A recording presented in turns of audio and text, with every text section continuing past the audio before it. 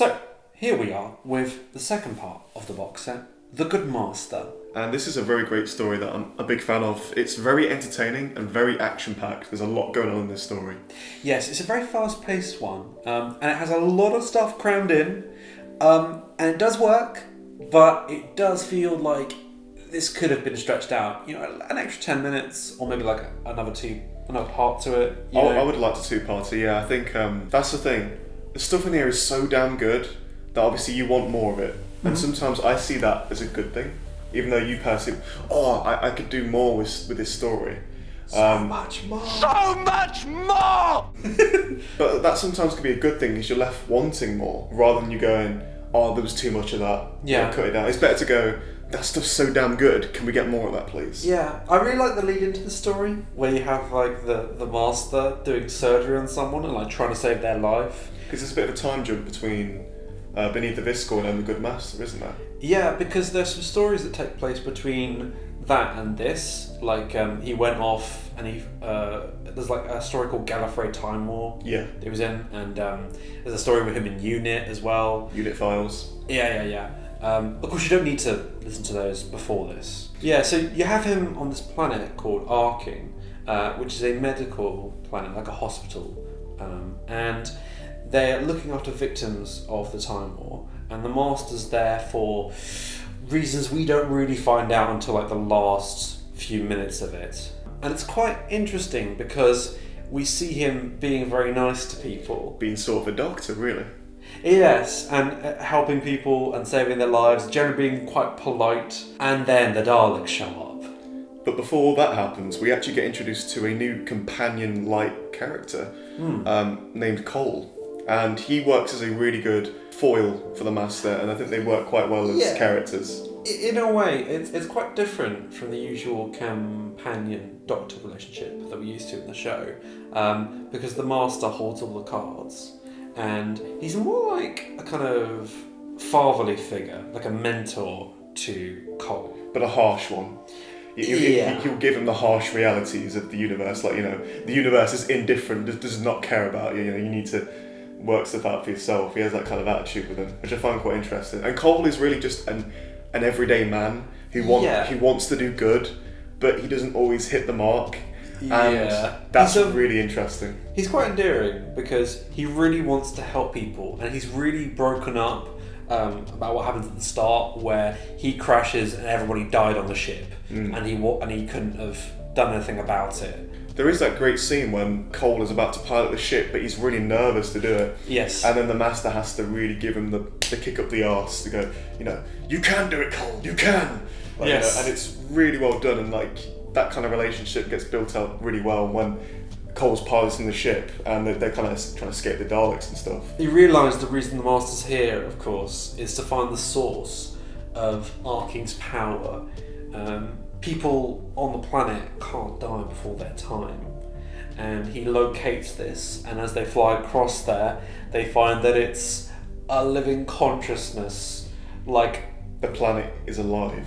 Yeah, and it is somewhat explained, and this is where I kind of wish the story was a bit longer, because it's very quick. It's like, they talk to it a bit, then Cole messes everything up, and then they have to run, and we didn't really unpack what was going on. Yeah, it's a really cool sci-fi concept that you just want a bit more of to really get it, but I still think it's done very well, and I like the voice of the Arkham, because there's loads of kind of strange echoey voices going on, so it feels quite cosmic and ethereal. Yes. And it does kind of taunt Jacoby, the War Master, about how he's sort of being good now, and the Master's like, I'm not being good. He's like, he's catching him out.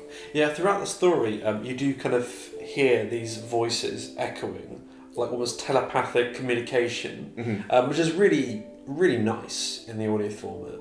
And yeah, one thing I kind of like about the story is it does make you question the Master's motives, because he is very kind at points. He seems to get on with Cole, and you wonder how much of that is genuine and how much of that is him just being a devious bastard. So yeah, you do start to wonder, is the Master redeemable in some ways? Or is it just all part of his big plan? Well, that's the thing, is you get into Heavenly Paradigm, where you wonder if, someone ends up doing good things for bad reasons, and then, of course, that's kind of paralleled with Cole, who ends up doing horrible things for good reasons. For good intentions, yeah. Yes. So do intentions really affect the overall action? It's quite interesting. But I do think also the Daleks are used incredibly well in this box set in particular. A bit better than the Beneath the Viscoid.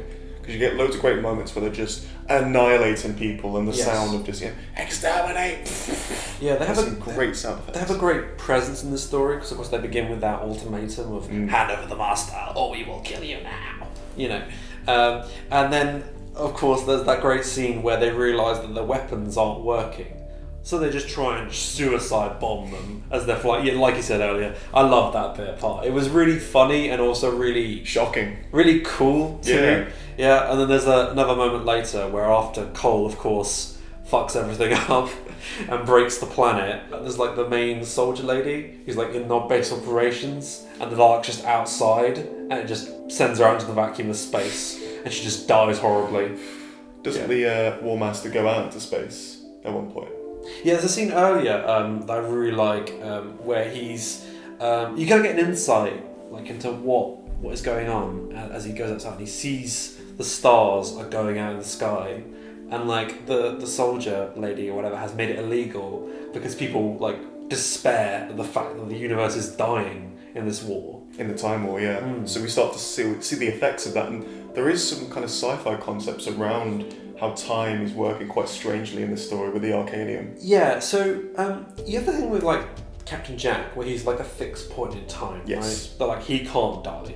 And that is kind of repeated here, where Arking turns out to be a fixed point in time, where it cannot be destroyed beyond its fixed point. So people just won't die on this planet. Yeah, which is awesome. I just wish there was a bit more. Yeah, it is such a cool idea, but it's squashed into a very short runtime. But I will say in conclusion that The Good Master is my second favourite of the box set, and it's a very fast-paced and fun story. Yeah. And it's one I could probably pick up now and again and just listen to because it's just that entertaining. I think it's brilliant. So join us next time for The Skyman. Which will be a very interesting discussion. But yeah, thank you guys for watching. Let us know your thoughts on the War Master so far, and take care and goodbye.